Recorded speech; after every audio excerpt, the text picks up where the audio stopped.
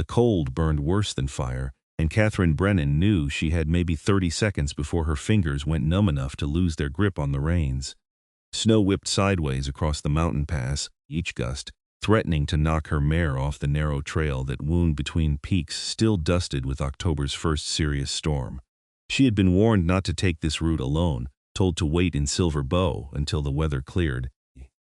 But waiting meant missing her brother's wedding in Butte, Montana, and she had already missed too much of his life during the 8 years she had spent back east finishing her education and caring for their ailing mother. The mare whinnied, ears flattening against the wind, and Katherine leaned forward to pat her neck with one gloved hand. "Just a bit further, Rosie. We'll be through the worst of it soon." The lie tasted bitter even as she spoke it. The storm had rolled in faster than any local had predicted, turning what should have been a crisp autumn afternoon into a white nightmare. She could barely see 10 feet ahead, and the landmarks the stable master had described were invisible beneath the mounting snow. A sound like distant thunder rolled through the air, but wrong somehow, muffled and ominous. Katherine's heart seized in her chest as she recognized it for what it was. She had heard avalanches before, during winters in the Green Mountains of Vermont, but never this close, never with such terrible immediacy. The roar grew louder, and Rosie reared, nearly throwing her from the saddle. Katherine fought to control the panicked horse, but even as she did, she saw it a wall of white cascading down the mountainside above them, swallowing trees and boulders like they were nothing at all. "Go," she screamed, digging her heels into Rosie's flanks. The mare needed no encouragement, lunging forward along the trail, hooves scrambling for purchase on the icy ground. The avalanche bore down on them with impossible speed, a hungry thing that devoured the world. Katherine bent low over Rosie's neck, praying to a god she had questioned since her mother's death, promising anything, everything. If only they could outrun what was coming. They almost made it. The leading edge of the avalanche caught them just as the trail widened, tons of snow and ice slamming into them from the side. Katherine felt herself torn from the saddle, felt Rosie's terrified scream cut short, felt the cold embrace her like a long-lost lover. Then there was nothing but white and pressure, and the terrible knowledge that she was going to die here, alone, so close to seeing her brother again. The snow packed around her, heavy and suffocating. She could not move her arms, could barely expand her chest to breathe. Darkness pressed in at the edges of her vision, and she thought of Thomas waiting at the church in Butte, wondering why his sister had not arrived. She thought of the letters they had exchanged, full of his excitement about marrying Sarah, full of his plans for their future. She would become a ghost story now, another cautionary tale about foolish Easterners who did not respect the mountains. Something in her refused to accept it. Katherine forced herself to think, to assess. She could breathe, which meant there was air, at least for now. She could feel her fingers and toes, though they were growing colder by the second. If she was going to die, it would not be without a fight. She began working her right hand back and forth, creating tiny movements in the packed snow, ignoring the way the ice scraped her skin raw even through her glove. High above her tomb of snow, on a ridge that overlooked the pass, Hank Norwood had watched the avalanche with the grim recognition of a man who had seen too many.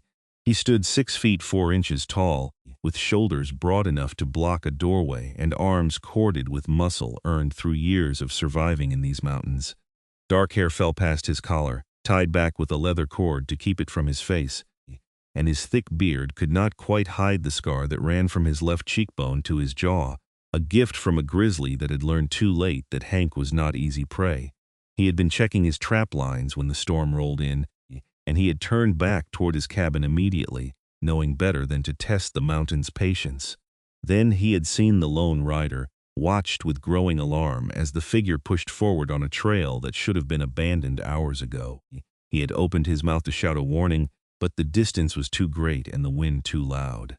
All he could do was watch as the avalanche swept rider and horse away, burying them beneath 5 feet of snow.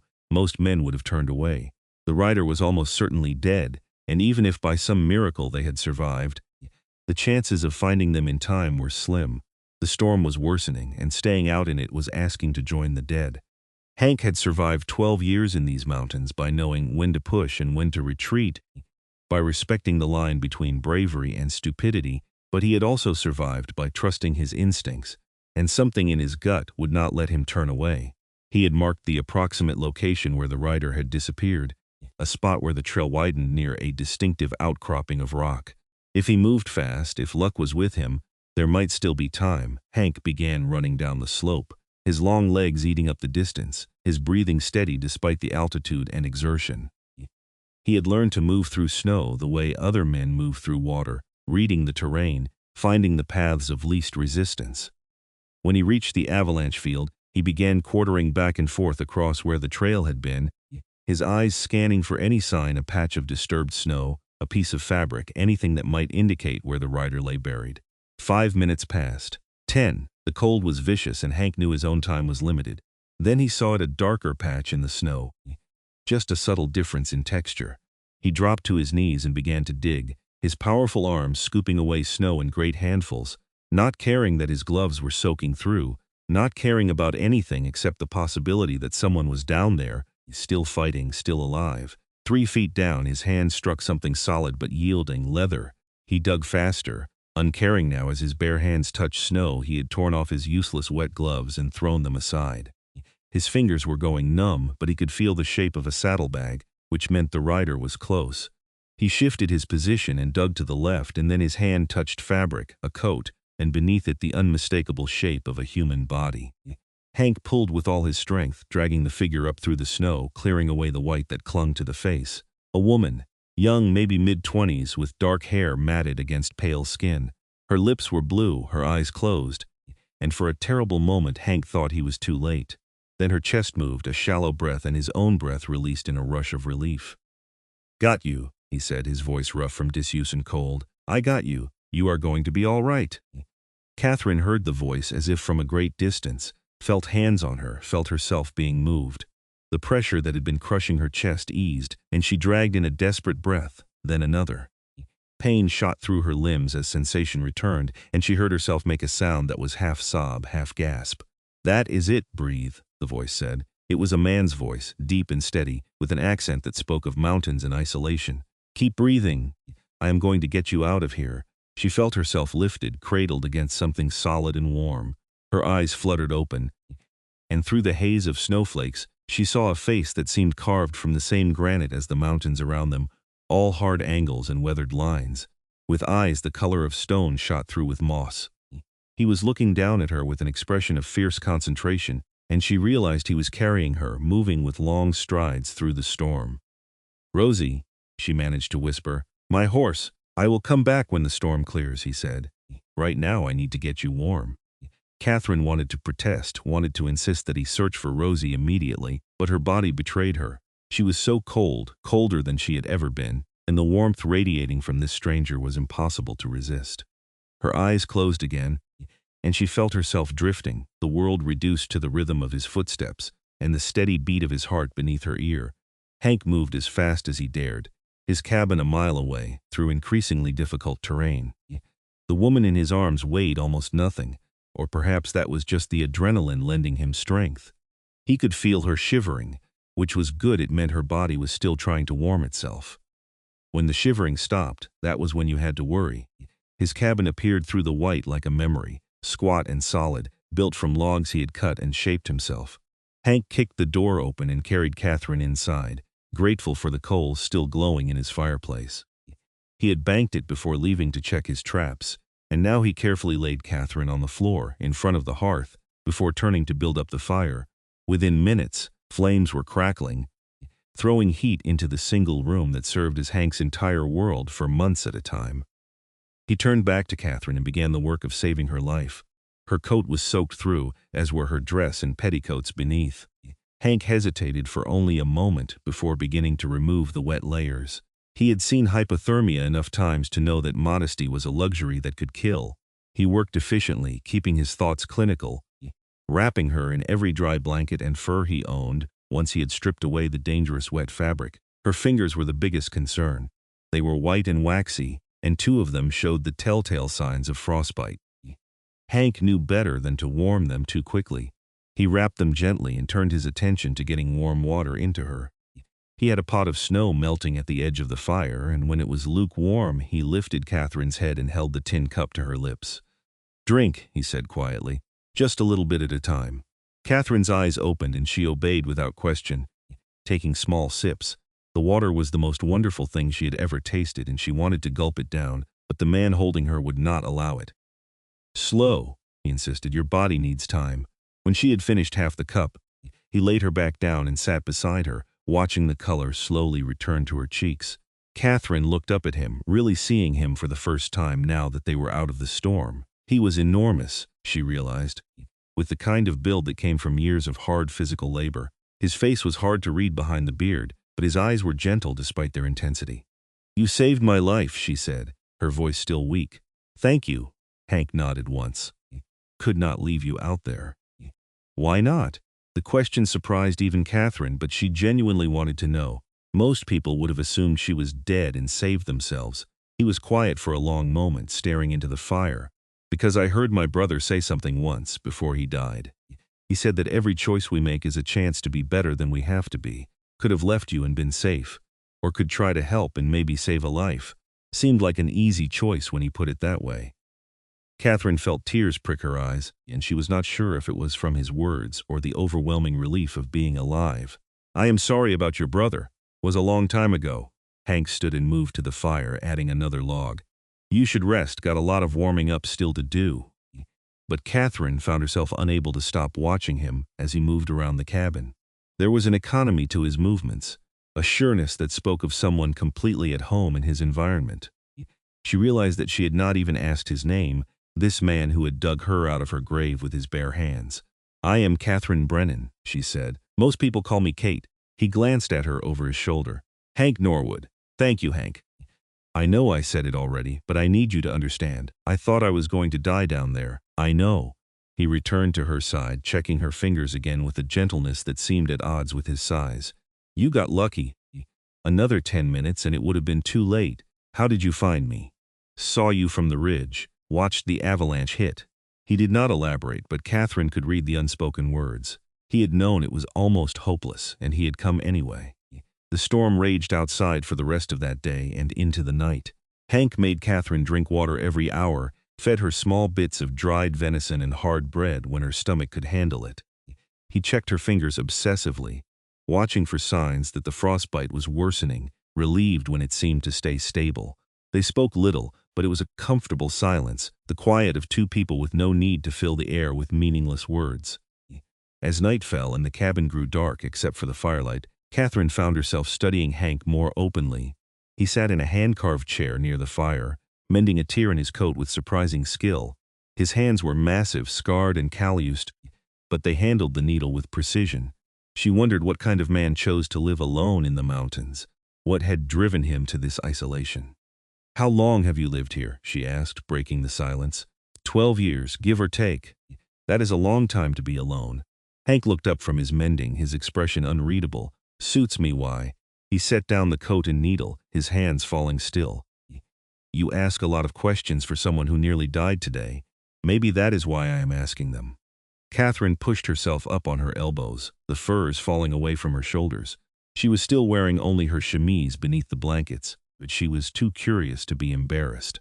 "When you think you are going to die, you realize how much time you have wasted on things that do not matter. So I am asking, why does being alone suit you?" Hank was quiet for so long that Katherine thought he would not answer. Then he spoke, his voice low. "I grew up in a mining town south of here. My father worked the mines until they killed him, coughing up black dust every night until one night he just did not wake up. My mother died bringing my baby sister into the world, and my sister died 3 days later. My brother, the one I mentioned, he died in a mine collapse when I was 20. I woke up one day and realized everyone I ever loved was gone, and the mountains had taken them all in one way or another." He paused, his jaw working. "I was angry, spent 2 years drinking and fighting and doing everything I could to make the mountains take me too, but they would not. I survived when better men died. Finally figured out that if I was going to live, I should do it on my own terms. So I came up here, built this cabin, learned to trap and hunt. No one to lose if you got no one to begin with." Katherine felt her heart ache for this man who had saved her life. She understood loss. Her mother's slow decline had been a kind of death in installments, each day taking a little more until there was nothing left. "I am sorry," she said. "That is too much grief for one person. We all carry what we are given." Hank picked up his mending again, clearly uncomfortable with the direction of the conversation. What about you? What were you doing out in a storm like that? Trying to get to my brother's wedding in Butte. Katherine lay back down, exhausted from even that brief conversation. He is marrying a woman named Sarah in 3 days. I traveled all the way from Boston to be there, and then I nearly missed it because of my own stubbornness. You still might make it. Storm should clear by morning. If your horse survived, she probably ran back down the trail. I can take you to Butte myself if needed. You would do that? Already dug you out of an avalanche. Seems a waste to save you just to let you miss your brother's wedding. Despite everything, Katherine found herself smiling. There was something about Hank's dry humor that appealed to her, a hint that beneath the gruff exterior was someone who had not completely forgotten how to be human. She fell asleep to the sound of wind howling around the cabin and the soft scrape of needle through fabric, feeling safer than she had any right to feel in a stranger's home in the middle of nowhere. Hank watched her sleep for a long time after she drifted off, telling himself he was just making sure she was breathing steadily, that there were no signs of complications from her ordeal. But the truth, which he acknowledged reluctantly in the privacy of his own thoughts, was that he was fascinated by her. It had been years since he had spoken to anyone beyond brief exchanges when he took his furs to trade in town, and even longer since he had spoken to a woman. Katherine Brennan was beautiful, there was no denying that. But it was more than her looks that held his attention. It was the intelligence in her eyes, the curiosity that made her ask questions even when she was exhausted and hurt. It was the strength it must have taken to keep fighting under 5 feet of snow instead of giving up. She reminded him of things he had thought he no longer wanted: connection, conversation, the possibility that life could be more than simple survival. He shook his head and forced himself to look away. She would leave as soon as she could, return to her life in the world below, and he would go back to his solitude. That was how it had to be. He had chosen this life, and he did not regret it. To regret it now, just because a woman with dark hair and brave eyes had stumbled into his existence, would be foolish. But even as he told himself this, Hank knew something had shifted. The careful walls he had built around himself had developed cracks, and he was not sure he could repair them before they spread. Morning brought clear skies and a world transformed by snow. Katherine woke slowly, disoriented by the unfamiliar surroundings, and then memory rushed back: the avalanche, the crushing weight of snow, the impossibly strong man who had pulled her from death. She sat up carefully, assessing her condition. Her fingers ached fiercely, especially the 2 that had shown frostbite, but she could move them. Her body was sore in 1,000 places, but nothing felt broken. Hank was already awake, standing by the window and looking out at the transformed landscape. He turned when he heard her moving. "How do you feel?" "Like I was buried in an avalanche," Katherine said, managing a weak smile. "But alive, which is more than I had any right to expect." He crossed to her and knelt, taking her hands in his to examine her fingers. His touch was gentle, and Katherine found herself very aware of how close he was, the way his breath stirred the air between them. Up close, she could see that his eyes were not simply gray, but had flecks of green and blue in them, like river stones. "They are healing well," he said, releasing her hands and standing. "You got lucky. Another hour, and you would have lost at least 2 of them." Katherine looked down at her hands, at the angry red marks that would probably scar. A small price for her life. "When can we leave for Butte?" "Soon as you are dressed and fed. I found your saddlebags. They washed up against that outcropping. Your clothes are still damp, but I got them drying by the fire. Should be wearable in an hour or so." He had hung her dress and petticoats near the hearth on a makeshift line, and Katherine felt her face heat as she realized he had undressed her. But there was nothing prurient in his expression, nothing that suggested he had done anything but what was necessary to save her life. She decided not to make it awkward by mentioning it. "Did you find Rosie, my horse?" Hank's expression told her the answer before he spoke. "Found her down the trail about half a mile. Broke her neck in the fall. I am sorry." Katherine closed her eyes, grief stabbing through her. She had raised Rosie from a foal, trained her herself, ridden her through 8 states to get here. She was a good horse. I could tell. Takes a good horse to get as far as you 2 did before the avalanche hit. They ate a simple breakfast of oatmeal and coffee, and Katherine marveled at how good even basic food could taste when you had thought you would never eat again. As she ate, she watched Hank move around the cabin, gathering supplies for their journey. He packed with the same efficiency he brought to everything else, wasting no motion, no space. When her clothes were dry enough, Katherine dressed in the small alcove Hank indicated, grateful for the privacy. The dress was wrinkled and showed signs of her ordeal, but it was whole. She emerged to find Hank waiting by the door, a pack on his back that looked like it must weigh 50 pounds but which he carried as if it were nothing. "Ready?" Katherine nodded, and they stepped out into the brilliant morning. The world was white and perfect, the storm's violence erased by the pristine snow. It would have been beautiful if Katherine could forget what lay beneath Rosie's body, and how easily her own could have been there too. Hank led the way down the mountain with the confidence of someone who knew every rock and tree. He had strapped snowshoes to their feet, wide-woven things that kept them from sinking into the deep powder, and he set a pace that was challenging but manageable. Katherine found herself working hard to keep up with his long strides, but she refused to ask him to slow down. She had already been enough trouble. They had been walking for perhaps an hour when Hank suddenly stopped, one hand raised. Katherine froze, following his gaze. There, perhaps 30 yards away, a massive grizzly bear was digging in the snow, probably searching for a last meal before hibernation. Katherine's heart hammered in her chest. She had seen bears before, but never this close, never one this large. Hank moved slowly, positioning himself between Katherine and the bear. His hand went to the knife at his belt, and Katherine noticed for the first time the long rifle slung across his back. He did not reach for it, though. Instead, he stood perfectly still, waiting. The bear raised its head, scenting the air. For a long moment, everything was frozen. The bear, Hank, Katherine, even the wind seemed to hold its breath. Then the bear huffed, shook its massive head, and returned to its digging, apparently deciding they were not worth the effort.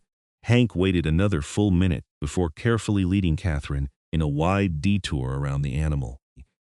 Only when they were well clear did Katherine realize she had been holding her breath. "Does that happen often?" she asked, her voice shakier than she would have liked. "Often enough. Bears mostly want to be left alone, same as most creatures up here. You just have to know when to push and when to respect their space." "And if it had decided we were not respecting its space?" Hank glanced back at her, and there was something in his expression that might have been amusement. "Then I would have dealt with it. But killing a bear right before it hibernates is wasteful. That animal needs every bit of fat it has got to make it through winter. Better to just avoid trouble when you can."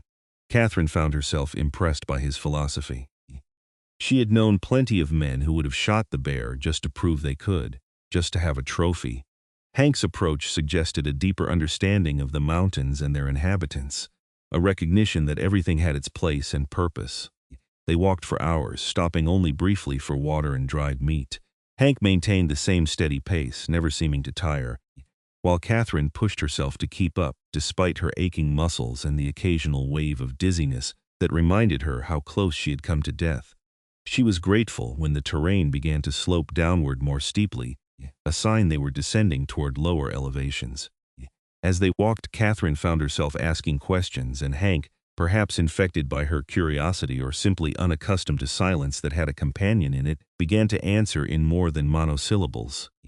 She learned that he had taught himself to read from a book of poetry his mother had treasured, that he could identify any animal in the mountains by its tracks, that he had once spent an entire winter snowed in with nothing but dried venison, and a copy of Robinson Crusoe for company. In turn, she told him about Boston, about the women's college she had attended, about her work teaching young girls who would otherwise have no education.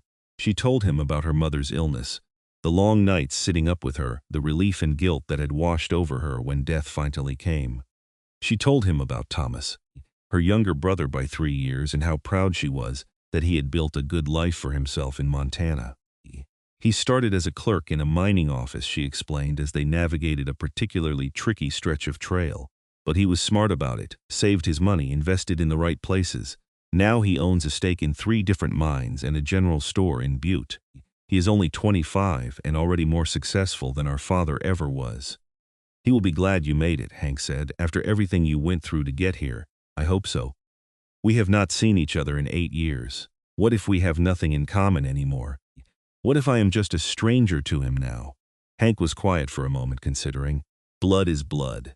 And the kind of brother who writes letters full of excitement about his wedding, who wants his sister there even though she has to travel across the country, that is not a man who is going to see you as a stranger. Katherine felt warmth spread through her chest at his words. "Thank you. I needed to hear that. Just the truth." They reached the outskirts of Butte as the sun was beginning its descent toward the western peaks, painting the sky in shades of gold and pink.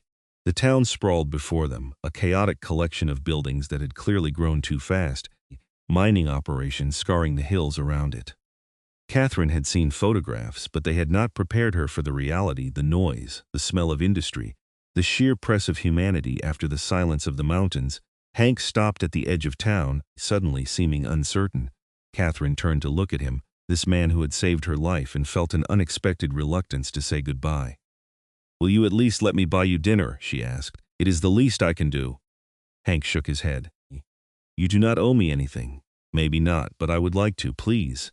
He studied her face for a long moment, and Katherine had the sense he was weighing something more than just a meal. Finally, he nodded. "All right, but then I should get back. Day is almost gone, and I got a long walk ahead of me." They found a modest restaurant on a side street, the kind of place that catered to working men rather than the wealthy mine owners. The proprietor, a weathered woman with kind eyes, took one look at Katherine's bedraggled appearance and Hank's mountain man presence and led them to a table in the back without comment. Over plates of roast beef and potatoes, they continued to talk, the conversation flowing more easily now. Katherine learned that Hank was 32, that he had once considered becoming a teacher before the mines killed his father, that he played the harmonica and had carved an entire chess set from mountain pine during one particularly long winter. "I would have thought you would go mad up there alone," Katherine said, cutting into her beef. "I cannot imagine years without regular conversation, without people." "Gets lonely sometimes," Hank admitted. "But people can be lonely too, even in a crowd. At least in the mountains you know where you stand. No pretense, no politics. Just you and nature and the choice to survive or not. But do you not want more than just survival? What about love, family, all the things that make life worth living?" Hank set down his fork, his expression turning inward. "Wanted those things once. But wanting and having are two different things. After my brother died, I realized that loving people just meant giving them the power to destroy you. It seemed safer to just love the mountains. They are honest about being deadly." Katherine reached across the table and placed her hand over his without thinking. "That is the saddest thing I have ever heard." Hank looked down at her hand on his, and something shifted in his expression. "Maybe. But it has kept me alive. Alive is not the same as living."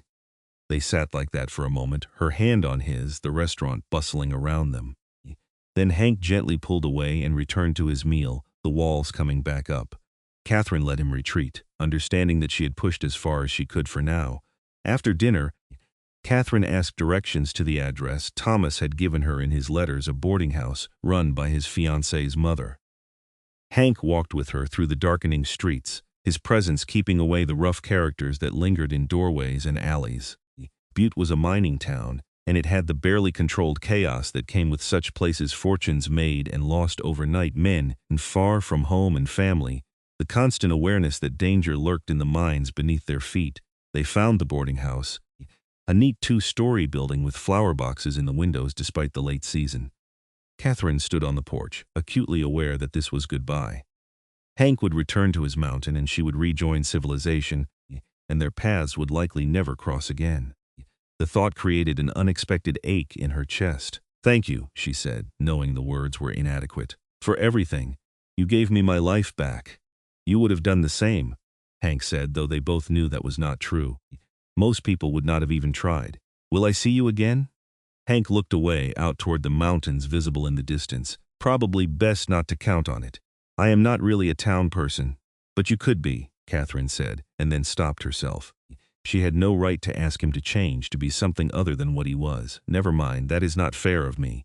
"Katherine." "Kate," she corrected softly. "I think we are past formalities, do not you?" A smile tugged at the corner of his mouth, barely visible beneath his beard. "Kate, I am glad you are safe, glad you will make it to your brother's wedding. But this is where our paths split. You have got your life, and I have got mine." He turned to leave, and Katherine felt panic flutter in her chest. "Hank, wait." He stopped but did not turn around. "The wedding is in 3 days. Would you at least consider coming? My brother would want to meet the man who saved my life, and I would like to see you again just once more, to say goodbye properly." Hank was silent for so long that Katherine thought he would simply walk away without answering. Then he looked back over his shoulder. "I will think about it. No promises." That is all I am asking." He nodded once and walked away, his long strides carrying him quickly into the darkness. Katherine watched until she could no longer see him, then turned and knocked on the boarding house door. It opened to reveal a young woman about Katherine's age, with honey-colored hair and a warm smile. "Can I help you?" "I am looking for Thomas Brennan. I am his sister, Katherine." The woman's eyes went wide. "Katherine, oh my goodness." Tom has been beside himself with worry. "When you did not arrive yesterday, he was ready to organize a search party." Come in, come in. I am Sarah, his fiancée." Katherine found herself pulled into a hug by this stranger who was soon to be family, and despite her exhaustion, she could not help but return it. Behind Sarah, she heard a shout and then running footsteps, and then Thomas was there, older than she remembered but unmistakably her brother, his face a mixture of relief and joy. "Kate, we thought we were so worried." He pulled her into his arms, squeezing tight enough to hurt her sore ribs, but Katherine did not protest. She had made it. Against all odds, through avalanche and storm, she had made it.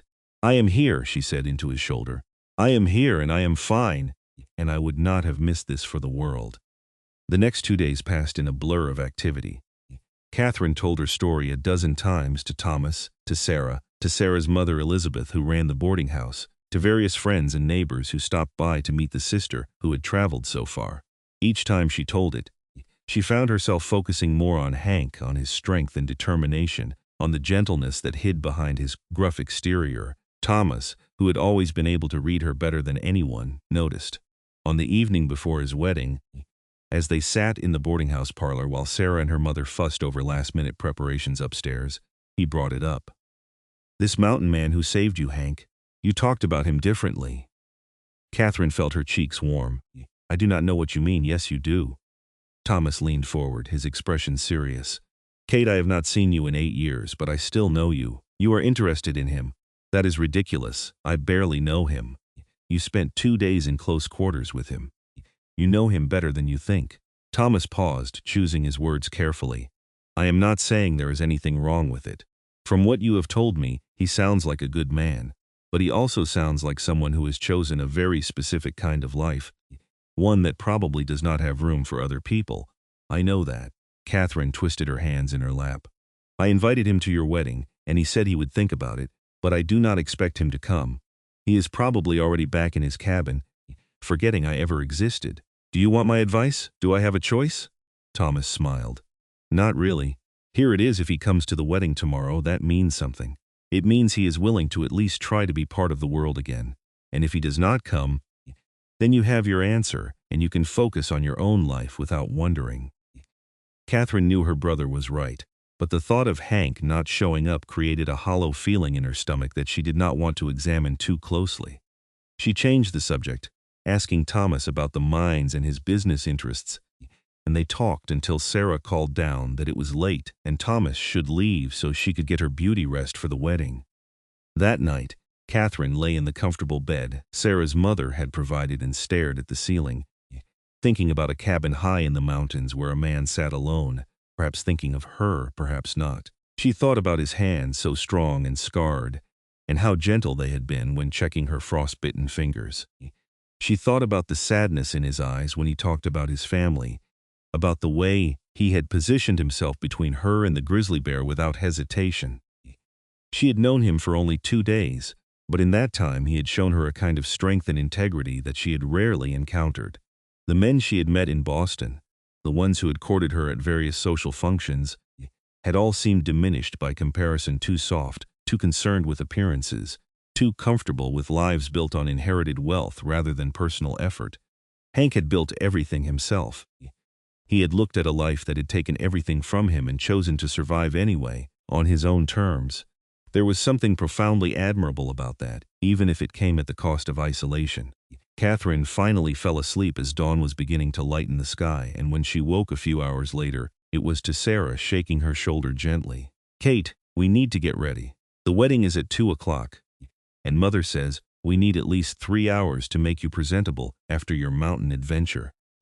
The morning passed in a flurry of baths and hairstyling, and the complicated business of lacing Katherine into a dress Sarah's mother had altered to fit her. Katherine submitted to it all with as much grace as she could muster, but her mind kept wandering to whether Hank would come. She had not told Sarah or Elizabeth about the invitation, not wanting to explain the situation or deal with their opinions. The wedding was to be held at a small church on the edge of town, a whitewashed building that looked almost defiant in its simplicity amid Butte's rougher architecture.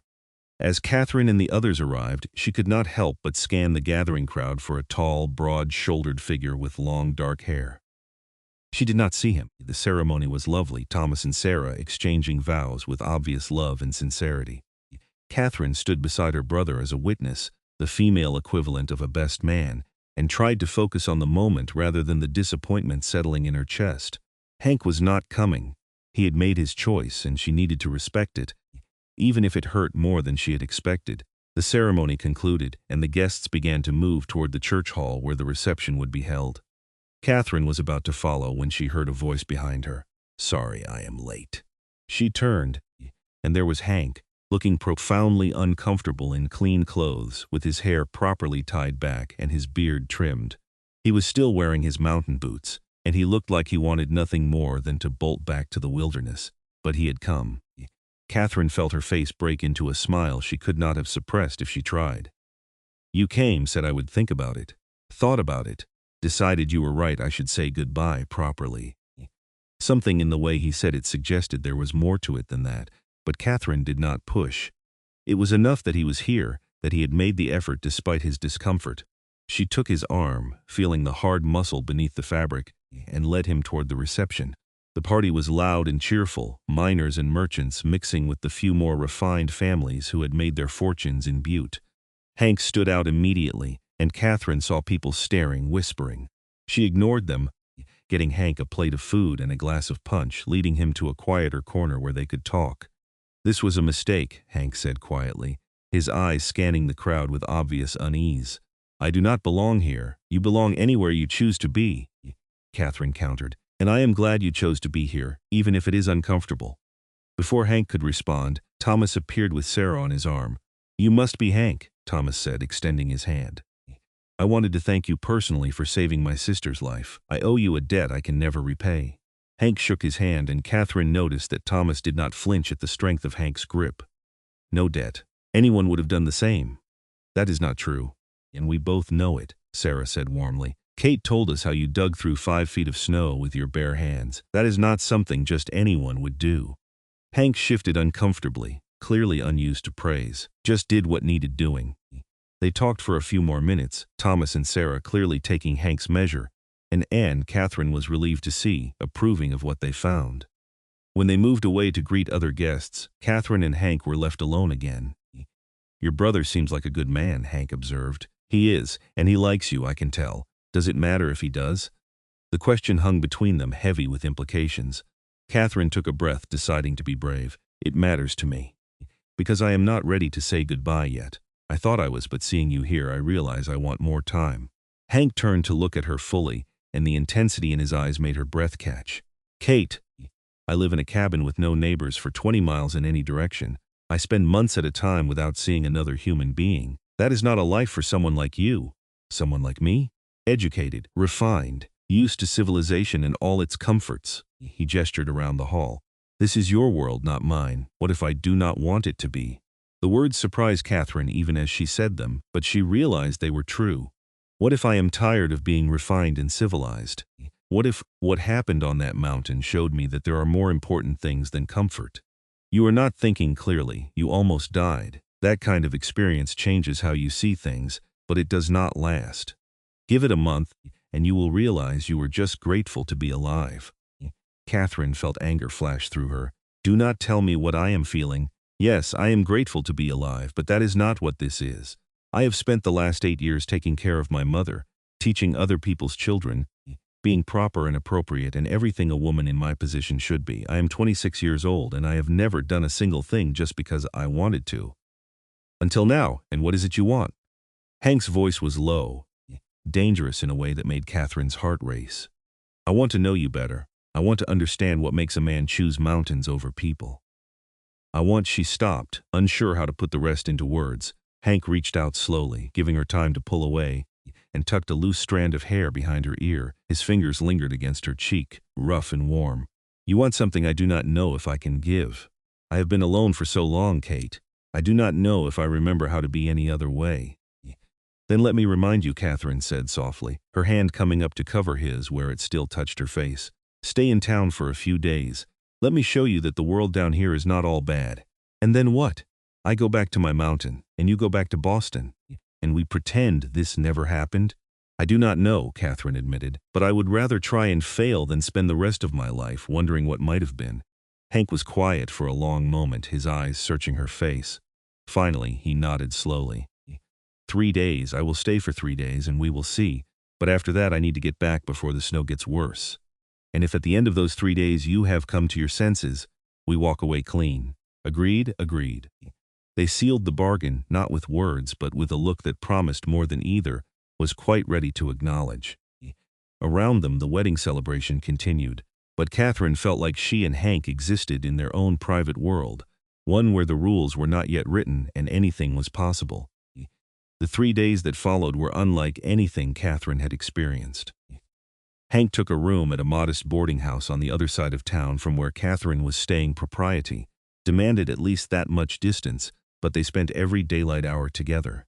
Katherine showed Hank around Butte, taking him to the library that served the town, to the small but respectable theater where traveling shows sometimes performed, to the shops that lined the main street. Hank tolerated the town tour with good humor, but Katherine could see he was more comfortable when they walked on the outskirts, where buildings gave way to open land.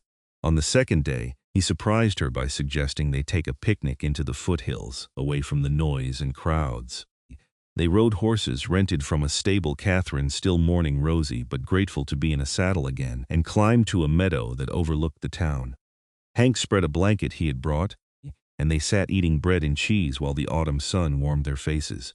This is better, Hank said, his whole body visibly relaxing away from town. Can breathe up here. Is it really that difficult for you, being around people? Not difficult, exactly. Just exhausting. Everyone wants something, everyone has an angle. Even the friendly ones, they are still performing, still maintaining this version of themselves for public consumption. He looked at her. You do not do that. You are the same person whether anyone is watching or not. I noticed that right away. Katherine felt heat rise in her cheeks at the compliment. I used to perform more. When I was younger, trying to fit in at college, I would tie myself in knots trying to be what everyone expected. Then my mother got sick and I realized life was too short to waste on pretense. If people did not like the real me, that was their loss. Their loss indeed, Hank said quietly, and the way he was looking at her made Katherine's pulse quicken. They talked for hours, the conversation ranging from philosophy to practical matters. Hank told her about the rhythms of mountain life, how he spent summers fishing and hunting, storing up meat for winter, how he tanned hides and traded them twice a year for supplies he could not make himself, how he had taught himself basic medicine from a book, stitching his own wounds and setting his own broken bones when necessary. Katherine told him about Boston, about the women she taught, and how many of them came from circumstances so dire that education seemed like a luxury they could not afford. She told him about the satisfaction of seeing a girl who could barely read begin to devour books, about the frustration of watching talented young women forced into marriages or factory work because society offered them no other options. You should start your own school, Hank said thoughtfully. Somewhere you make the rules. With what money? I have about $200 to my name, and that is after 8 years of saving. There are places out west that need teachers. Places that would give you land or a building if you agreed to educate the children. Might not be Boston, but it would be yours. The idea planted itself in Katherine's mind, taking root faster than she would have expected. She had never seriously considered leaving the East Coast permanently, had always assumed she would return after Thomas's wedding. But now, sitting in this meadow with a man who made her question everything she thought she wanted, the idea of staying in Montana seemed less like exile and more like possibility. As the sun began to set, casting golden light across the mountains, Hank stood and offered Katherine his hand. She took it, letting him pull her to her feet, and found herself standing very close to him, close enough to see the different shades of gray in his eyes, close enough to feel the heat radiating from his body. Kate, he said, his voice rougher than usual. I need to tell you something. What? These 3 days they were supposed to prove to you that I was not worth staying for, that I was too rough, too uncomfortable in your world. But they are proving the opposite to me. Every hour I spend with you makes me think about things I gave up on wanting, and that scares me more than any grizzly ever did." Katherine felt her heart hammering against her ribs. "Hank, let me finish." He took a breath. "Tomorrow is the third day, and when tomorrow is done, I am going to ask you to make a choice. I am not going to tell you what I want that choice to be because it would not be fair, but I need you to think about it tonight. Really think about what it would mean. What would mean? Coming with me." The words hung in the air between them, impossible and perfect. Coming to live in the mountains, in a cabin with one room and no luxuries, with a man who barely knows how to talk to people anymore. "I know it is crazy. I know I have got no right to ask. But I am going to ask anyway, tomorrow, and I need you to be ready with your answer." Katherine could not speak. The magnitude of what he was suggesting overwhelmed her, leaving behind everything she knew, the life she had built, the expectations everyone had of her. But beneath the fear was something else, something that felt like anticipation, like the moment before you jump into a river, and you are not sure if the water will be freezing or perfect. Hank stepped back, putting distance between them. "Come on. We should get back before it is full dark." They rode back to Butte in silence, but it was charged now, heavy with the question that would be asked tomorrow, and the answer Katherine did not yet know how to give. That night, Katherine could not sleep. She paced her room in the boarding house, weighing possibilities, examining her feelings from every angle. The practical part of her brain, the part that had been educated and refined and taught to be sensible, listed all the reasons Hank's proposal was insane. She barely knew him. She had no experience with survival in the wilderness. She would be completely isolated from society, from her career, from everything familiar. But another part of her, a part that had perhaps been sleeping until an avalanche woke it, whispered that none of those objections mattered. She knew Hank where it counted, knew his character, his strength, his capacity for gentleness and sacrifice. She could learn survival skills, he would teach her. And as for isolation, what was more isolating, being alone in the mountains with someone you loved, or being surrounded by people who never really saw you? The thought stopped her pacing. Love. Was that what this was? Could you fall in love with someone in less than a week? But then she thought about the way her heart had leapt when Hank appeared at the wedding, the way his mere presence made her feel safe, the way their conversations flowed as if they had known each other for years rather than days. She thought about his hands, scarred and capable, and how she wanted those hands to touch her, to hold her, to map every inch of her skin. She thought about waking up in a cabin surrounded by snow and finding that utterly perfect rather than terrifying. Yes, she thought. Yes, this is love, or the beginning of it, and maybe that is enough. The decision once made settled over her like calm water. She would say yes. She would take this impossible leap and trust that love and determination would be enough to catch her. Morning came too slowly and too fast. Katherine dressed carefully, braided her hair, and went downstairs to find Thomas already at breakfast. He took one look at her face and set down his coffee. Something happened. Katherine sat across from him. Hank asked me to go with him, to live in the mountains. To her surprise, Thomas did not immediately object. He studied her face carefully, and then he smiled. "And you are going to say yes? How did you know?" "Because you look terrified and happy at the same time, and that is what love looks like." He reached across the table and took her hand. "Kate, I am not going to tell you what to do. You are a grown woman, and you have earned the right to make your own choices. But I will say this, I have watched you these past few days with Hank, and I have never seen you so alive. If he makes you feel that way, then the rest is just details you can figure out together." Tears pricked Katherine's eyes. "You are not going to try to talk me out of it? Would it work if I did?" "No, then I am going to support you instead. But I want you to promise me something. Come back and visit. Do not disappear into those mountains and let me lose you again." "I promise," Katherine said, squeezing his hand. "At least twice a year. And you and Sarah are welcome to visit us any time you can brave the altitude." They finished breakfast, and then Thomas left for his store, hugging Katherine tight before he went. "I am happy for you," he whispered into her hair. "You deserve this." Katherine met Hank at noon at the edge of town, where civilization bled into wilderness. He was wearing his mountain clothes again, the uncomfortable town garments abandoned, and he looked more like himself than he had in days. His eyes searched her face as she approached. "You look like you did not sleep," he observed. "I did not. I was too busy thinking about your question, and—" Katherine took a deep breath. "I want to say yes. I want to go with you more than I have wanted anything in my entire life, but I need you to understand something first." Hank nodded, waiting. I am not going to be a passive partner in this. I'm going to learn everything you can teach me about surviving in the mountains. I'm going to pull my weight and contribute equally, and I am going to keep teaching, even if it is just you and me. I need my mind engaged, or I will go mad." She paused. "And eventually, I want to figure out a way to teach others, maybe children from the mining camps in summer. I need purpose beyond just existing. I would never ask you to be less than you are," Hank said seriously. "If anything, I am hoping you will make me more than I have been. Yes to all of it, if you will still have me." "Yes," Katherine said, and the word felt like the most important thing she had ever spoken. "Yes, I will come with you. Yes, I will learn your world. Yes, I will build a life with you in those mountains." Hank crossed the distance between them in 2 strides and pulled her into his arms, holding her like he had dug her out of the avalanche all over again, like she was precious and fragile and worth fighting for.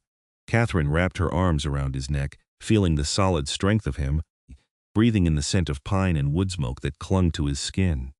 "You are sure?" he asked against her hair. "Because once we are up there, once winter really sets in, you are committed. There is no changing your mind until spring, I am sure." "I have never been more sure of anything." Hank pulled back just enough to look at her face, and then he did something he had not done before. He smiled. A real smile that transformed his hard features into something almost boyish. "Then we need to get you outfitted. You cannot climb a mountain in that dress." The next week was a flurry of preparation. Hank took Katherine to every store and trading post in Butte, outfitting her with practical clothing, sturdy boots, a warm coat lined with fur. Thomas insisted on contributing funds, saying it was part of Katherine's inheritance from their mother, and though Hank initially objected, Katherine overruled him. "We are partners," she told him firmly. "That means accepting help when it is offered." They bought supplies for the winter flour, sugar, salt, coffee, ammunition for Hank's rifle, books from the general store's limited selection. Katherine wrote letters to her contacts in Boston, explaining that she would not be returning, asking them to forward her belongings to a postal address in Helena, where Hank said they could collect them come spring. She donated most of her fine dresses to Sarah, keeping only the practical clothing that might survive mountain life. The hardest part was saying goodbye to Thomas and Sarah. On their last evening in Butte, the 4 of them had dinner at the boarding house, and Katherine fought back tears as Thomas toasted to her happiness, and Sarah promised to visit come summer. "You are braver than I am," Sarah said, squeezing Katherine's hand. "But I think you and Hank are going to build something beautiful up there." The next morning, Katherine and Hank left Butte before dawn, 2 horses laden with supplies, heading up into the mountains as the sun painted the peaks gold and pink. Katherine looked back once at the town, at civilization and everything she was leaving behind, and felt no regret. She was riding toward her future, and it was waiting in a cabin surrounded by snow with a man who had saved her life and might, if she was lucky, let her save his in return. The journey to Hank's cabin took 3 days, and every hour tested Katherine's resolve and strengthened it simultaneously. The trail was steep and treacherous, the weather unpredictable, the physical demands unlike anything she had experienced. But Hank was a patient teacher, showing her how to read the sky for coming storms, how to set up camp efficiently, how to move through terrain that could kill the careless or unprepared. At night, they slept in a tent Hank had brought, separated by a careful distance that both acknowledged and denied the attraction crackling between them. They had not discussed the physical aspects of their relationship, but Katherine understood that Hank was waiting for her to set the pace, to indicate when she was ready for more than companionship. She appreciated his restraint. But by the 3rd night, as they lay in their separate bedrolls, with only a few feet between them, Katherine decided she had waited long enough.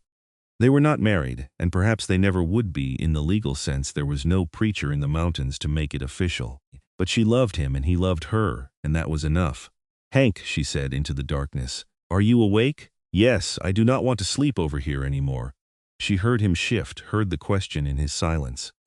Katherine pushed out of her bedroll and crossed the small distance to his side of the tent. In the dimness, she could just make out his face, the way his eyes reflected what little light filtered through the canvas. "Kate, are you sure?" "We do not have to," she kissed him, cutting off his objections, her lips finding his with more confidence than she felt.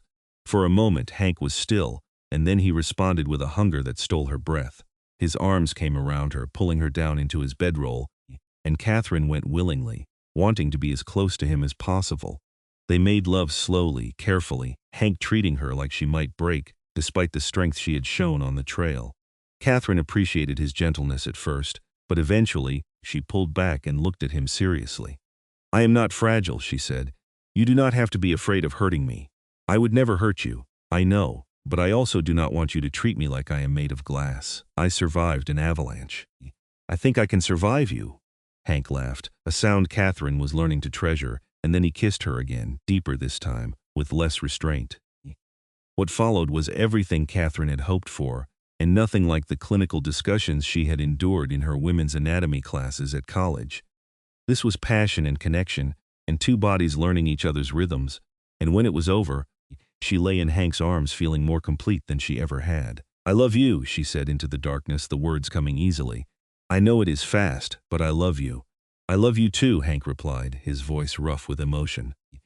"Loved you from the moment I pulled you out of that snow and heard you breathing.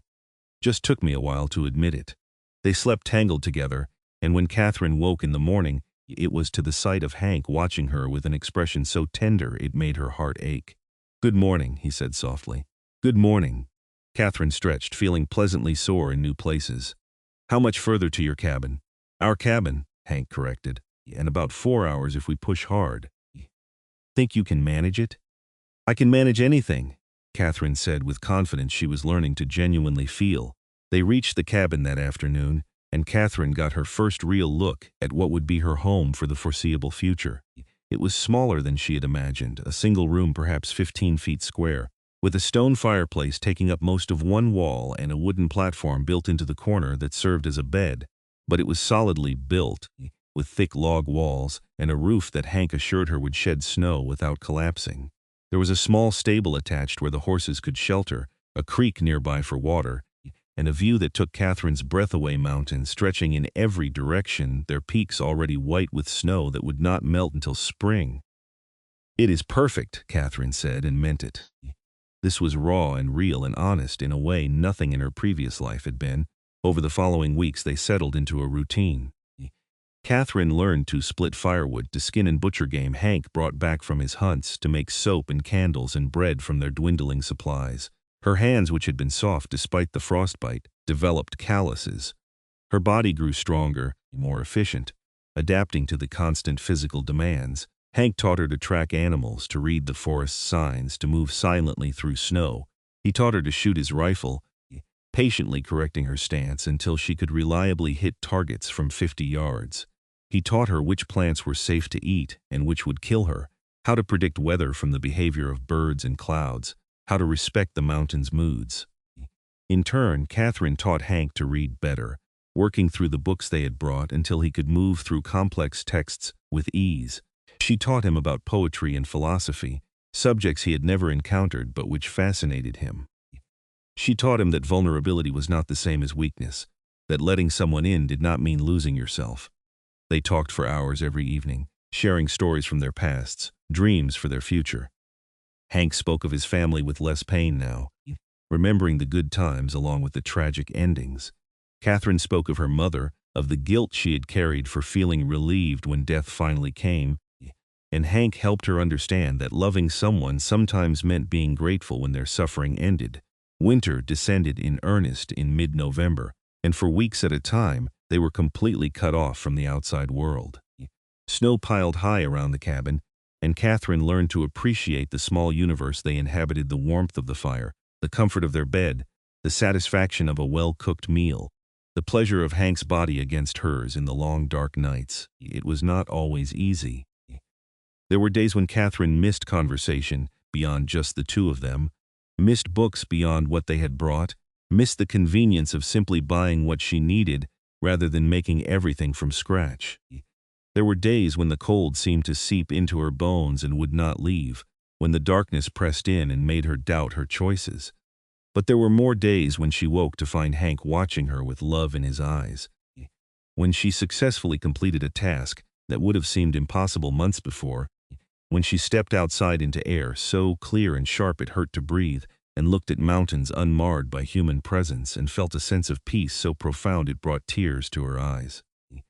On Christmas morning, Hank surprised her with gifts he had been secretly making for weeks: a chair he had built from pine, carved with intricate designs of mountains and trees, a set of hair combs he had fashioned from deer antler and inlaid with small stones from the creek, a leather-bound journal he had stitched together himself for her to record her thoughts and experiences. Katherine gave him a shirt she had sewn from fabric they had bought in Butte, embroidered with his initials in a corner where no one but he would see. She gave him a poem she had written about a man who had lost everything and found it again in unexpected places. She gave him her heart, though he already held it. They made love in front of the fire that night, slow and tender, and afterward, as they lay wrapped in furs with the firelight playing over their skin, Hank said something that made Katherine's breath catch. "I want to marry you, properly, I mean. When the snow melts and we can get down to a town, I want to find a preacher and do this right." Katherine propped herself up on one elbow, studying his face. "We do not need a preacher to make this real. I know. But I want the world to know you are mine and I am yours. I want it official." He paused. "If you will have me, I know I am not much of a hermit with nothing to his name but a cabin and some furs." "You are everything I need," Katherine said firmly. "Yes, I will marry you in spring. We will ride down to the nearest town and find a preacher, and I will become Katherine Norwood and be grateful for it every day of my life." Hank pulled her back down into his arms, and Katherine heard his heart hammering against her ear. "Never thought I would have this," he said quietly. "Never thought I would want someone enough to risk the hurt of losing them." "You are not going to lose me," Katherine promised. "I am too stubborn to die, as that Avalanche learned." The rest of that winter passed in a blur of work and learning and love. Katherine grew into her new life, shedding the last vestiges of her old self and embracing what she was becoming: a woman who could survive in any environment, who had found strength she never knew she possessed, who loved fiercely and without reservation. When spring finally arrived, melting the snow and opening the passes, Katherine and Hank packed supplies and rode down from the mountain. They stopped first in Butte, where Thomas and Sarah greeted them with joy and exclamations over how different Katherine looked: leaner and harder, yes, but also more vibrant, more alive. "Marriage agrees with you," Sarah said, though they explained they were not yet legally married. "Hank agrees with me," Katherine corrected with a smile. They stayed in Butte for 3 days, long enough for Katherine to assure Thomas she was happy, to collect a packet of letters that had been forwarded from Boston, to order supplies they would need for the coming year. Then they rode south to Virginia City, where they found a preacher willing to marry them in a simple ceremony with the stable master and his wife as witnesses. Katherine wore a simple dress of blue calico, and Hank wore his best clothes, and they exchanged vows that meant more for being long delayed. When the preacher said Hank could kiss his bride, he did so with a thoroughness that made the stable master's wife laugh and fan herself. "You two are going to be just fine," she declared. They returned to the cabin as husband and wife, and Katherine felt a rightness settle over her life. This was where she belonged, not in Boston teaching other people's children, not trying to fit into a society that had never quite accepted her independence, but here in the mountains, with a man who saw her for exactly who she was and loved her for it. Over the next 2 years, Katherine and Hank built a life that grew richer and more complex. They expanded the cabin, adding a second room that could serve as a study for Katherine and storage for their growing collection of books and supplies. Katherine made contact with families in the mining camps within a day's ride, and in the summer months she began teaching their children, riding down from the mountain twice a week to hold classes in whatever space the camps could provide. Hank supported her fully, often accompanying her on the trips to the camps, trading furs and meat for supplies and maintaining the connections to the outside world that Katherine needed to thrive. He found he did not mind people as much when they came in small doses, and several of the families became genuine friends, invited to the cabin for occasional meals and always welcomed. In the spring of their 3rd year together, Katherine realized she was pregnant. She told Hank one evening after dinner, watching his face carefully for his reaction. For a long moment he was silent, and she felt a flutter of worry. Then he crossed to her and knelt, placing his hands gently on her still flat stomach. "A baby," he said, wonder in his voice. "We are going to have a baby. Are you happy?" Katherine asked, needing to hear him say it. "I am terrified," Hank admitted, "and happier than I thought possible." "You are sure? We are really going to be parents?" "As sure as I can be." Katherine covered his hands with hers. Dr. Morrison in Butte confirmed it when we were there last month, he said. I am healthy and strong, and there is no reason to expect complications. But we should probably stay closer to town for the last few months, just to be safe. Hank nodded, already planning. We can rent a room at the boarding house. Sarah would love to have you around more anyway. And then after the baby comes, when you are both strong enough, we can come back home. Home, Katherine repeated softly. Yes, this is home. Their daughter was born in October, during the first snow of the season, and they named her Eleanor after Hank's mother. She had Katherine's dark hair and Hank's gray eyes, and from the moment she drew her first breath, she owned both of them completely. Thomas and Sarah visited when Eleanor was a month old, bringing gifts and exclamations over how beautiful she was. Sarah held Eleanor with obvious longing. She and Thomas had been trying for a child themselves, with no success yet, and Katherine promised that Eleanor would grow up knowing her aunt and uncle, that they would not let the mountains create too much distance between them. They returned to the cabin when Eleanor was 3 months old, and Katherine learned the new challenge of motherhood in an environment where there were no doctors nearby, no neighbors to help, no safety net beyond what she and Hank could provide. It was terrifying and exhilarating in equal measure. Hank proved to be a devoted father, gentle and patient with Eleanor in a way that made Katherine fall in love with him all over again. He carved toys for her, sang her songs his mother had taught him, walked her to sleep on nights when she was fussy. Katherine watched him with their daughter and thought about the man she had met in the Avalanche's aftermath, so certain he was better off alone, and marveled at how far they had both come. Eleanor grew, and the years passed in a rhythm of seasons and cycles. They had 2 more children, a son they named Henry after no one in particular, but because Hank liked the way it sounded, and then another daughter named Clara. The cabin expanded again to accommodate the growing family, and their life became busier, noisier, more complicated, and infinitely richer. Katherine continued teaching in the summers, now with Eleanor and eventually Henry and Clara in tow, showing them the world beyond the mountain while always returning to the home they loved. She wrote articles about education and mountain life that were published in newspapers in Helena and Butte, earning a modest income and establishing herself as something of an expert on frontier education. Hank's trap lines remained productive, and he developed a reputation among traders for the quality of his furs. But more than that, he became known as someone who could be trusted, who would help families in trouble, who knew the mountains well enough to guide lost travelers back to safety. He saved 3 more lives over the years, 2 miners caught in a late spring storm, and a young boy who had wandered away from his family's camp, and each time, Katherine thought of that day when he had dug her out of the snow and realized that saving people was simply part of who he was. Thomas and Sarah eventually had children of their own, 2 boys who visited the mountain cabin every summer and ran wild with their cousins in the high meadows. Thomas's businesses continued to thrive, and he used some of his success to fund Katherine's education initiatives, helping her establish a small school in Butte that operated year-round. Staffed by teachers she trained herself. The years were not without challenges. There were illnesses that terrified them until the children recovered, accidents that could have been tragic, but were merely cautionary tales, hard winters that tested their endurance in stores. But through it all, Katherine and Hank faced each challenge together, their partnership growing stronger with each obstacle overcome. On their 10th wedding anniversary, Hank surprised Katherine by taking her back to the meadow where he had told her he wanted her to come with him to the mountains.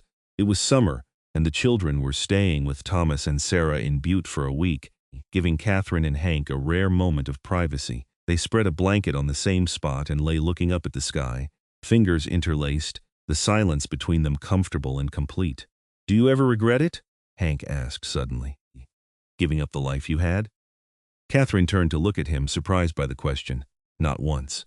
Do you ever regret asking me?" "Only that I waited 3 days instead of asking you immediately." He rolled onto his side, propping his head on his hand. "You made me remember how to live, Kate. Before you, I was just existing, going through motions. You gave me back a reason to care about tomorrow. You saved my life," Katherine said simply, "in more ways than just digging me out of that snow. I was suffocating in Boston, drowning in other people's expectations and a life that did not fit. You gave me permission to be who I really am." "Who you really are is pretty amazing," Hank said, leaning down to kiss her. "Best thing I ever found buried in the snow." Katherine laughed and pulled him closer. and they spent the afternoon reacquainting themselves with each other the way they had that first night in the tent, years ago and a lifetime away. When they returned to the cabin and collected their children from Butte, Eleanor, now 9 years old and frighteningly perceptive, studied her parents with knowing eyes. "You two are happy again," she observed. "I mean, you are always happy, but this is different." "What do you mean?" Katherine asked, though she knew. "You are touching more," smiling at each other in that way that made Henry say, "You are being gross." Eleanor paused. "I think it is nice. I want to find someone someday who makes me smile like Daddy makes you smile." "You will," Katherine assured her, "and when you do not let anything stop you from being with them, not distance or difficulty or other people's opinions, even if they are a mountain man who lives in a cabin in the middle of nowhere." Hank snorted with laughter. "Especially then. Your mother is living proof that mountain men make excellent husbands." The children groaned at their parents' display of affection, but Katherine saw Eleanor watching them with thoughtful eyes, storing away the lesson for future reference.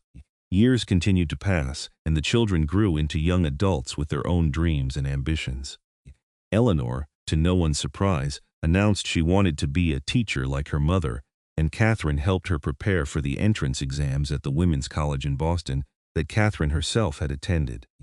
Henry declared he wanted to work with his Uncle Thomas, learning the business side of mining operations.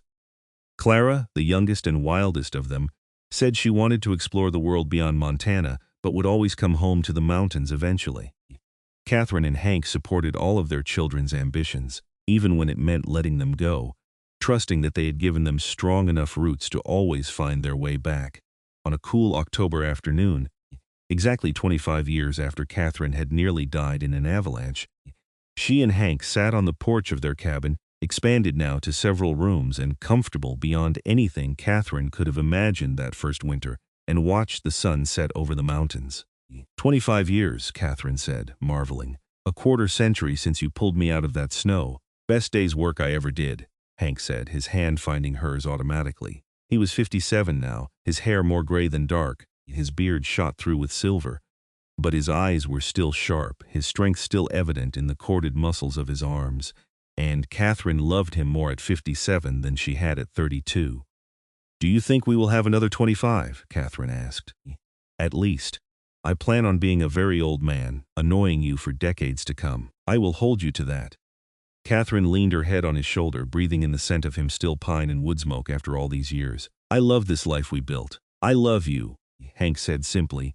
"Every day for 25 years I have loved you, and I will love you for every day I have got left." They sat in comfortable silence as the stars began to appear, the mountains standing sentinel around them, the cabin warm at their backs. Somewhere inside, the journals Katherine had kept over the years documented their story, how an avalanche had brought them together, how a desperate dig through 5 feet of snow had led to a lifetime of partnership and love, how two people who should never have met built something lasting and true against all odds. It was a good story, Katherine thought. Not perfect, there had been struggles and sorrows along with the joys, but honest and real, and earned through years of choosing each other, again and again, every single day. As the last light faded from the sky and the cold began to creep in, they rose and went inside together, closing the door on the night and the mountains, secure in the warmth they had created, in the life they had chosen, in the love that had bloomed from tragedy and grown strong enough to weather any storm. Their story was one of salvation and second chances, of finding home in the unlikeliest places, of learning that sometimes the best things in life come from the moments when everything seems lost. It was a story about digging through impossible obstacles with bare hands and refusing to give up until you find what you are searching for. It was a story about breathing when you should be dead, about choosing to live instead of merely existing, about love that survives burial and emerges stronger on the other side. It was, in every way that mattered, a story about coming home, and they lived it together, Katherine and Hank Norwood, for all the years they were granted, building a legacy of love and courage in the Montana mountains that their children and grandchildren would carry forward long after they were gone. The cabin still stands, a testament to what can be built when two people refuse to let obstacles, whether avalanches or isolation, or the simple difficulty of being human, stand in the way of finding each other. Every year, on the anniversary of the avalanche, Katherine and Hank would take a private moment to remember that day when death came so close and life won anyway. They would hold each other and be grateful, not just for survival but for the richness that came after, for every challenge that made them stronger, for every choice that led them deeper into love. The mountains witnessed it all, impassive and eternal, keeping their secrets as they always had. But if mountains could speak, they might tell the story of a woman who refused to give up under 5 feet of snow, and a man who refused to leave her there, and how that moment of desperate hope became the foundation for something neither of them could have imagined: a love that lasted, a family that thrived, a life that proved that the best things often come from the hardest moments, if only we are brave enough to reach for them. And so they lived, loved, and thrived in their mountain home, writing their own ending to a story that began with an avalanche and ended with a lifetime of happiness, hard-won and deeply appreciated. It was, Katherine often thought, exactly the life she was meant to live, and she would not have changed a single moment of it, not even the terror of being buried alive, because that terror led her to Hank, and Hank led her to this, to home, to purpose, to a love that made every struggle worthwhile. That was their story, and it was a good one, lived fully and completely, from that first desperate breath in the snow to the last peaceful sunset of their lives together. And the mountains remembered, as mountains do, standing watch over the cabin and the love it sheltered, a silent witness to the extraordinary resilience of the human heart when it finds its true home.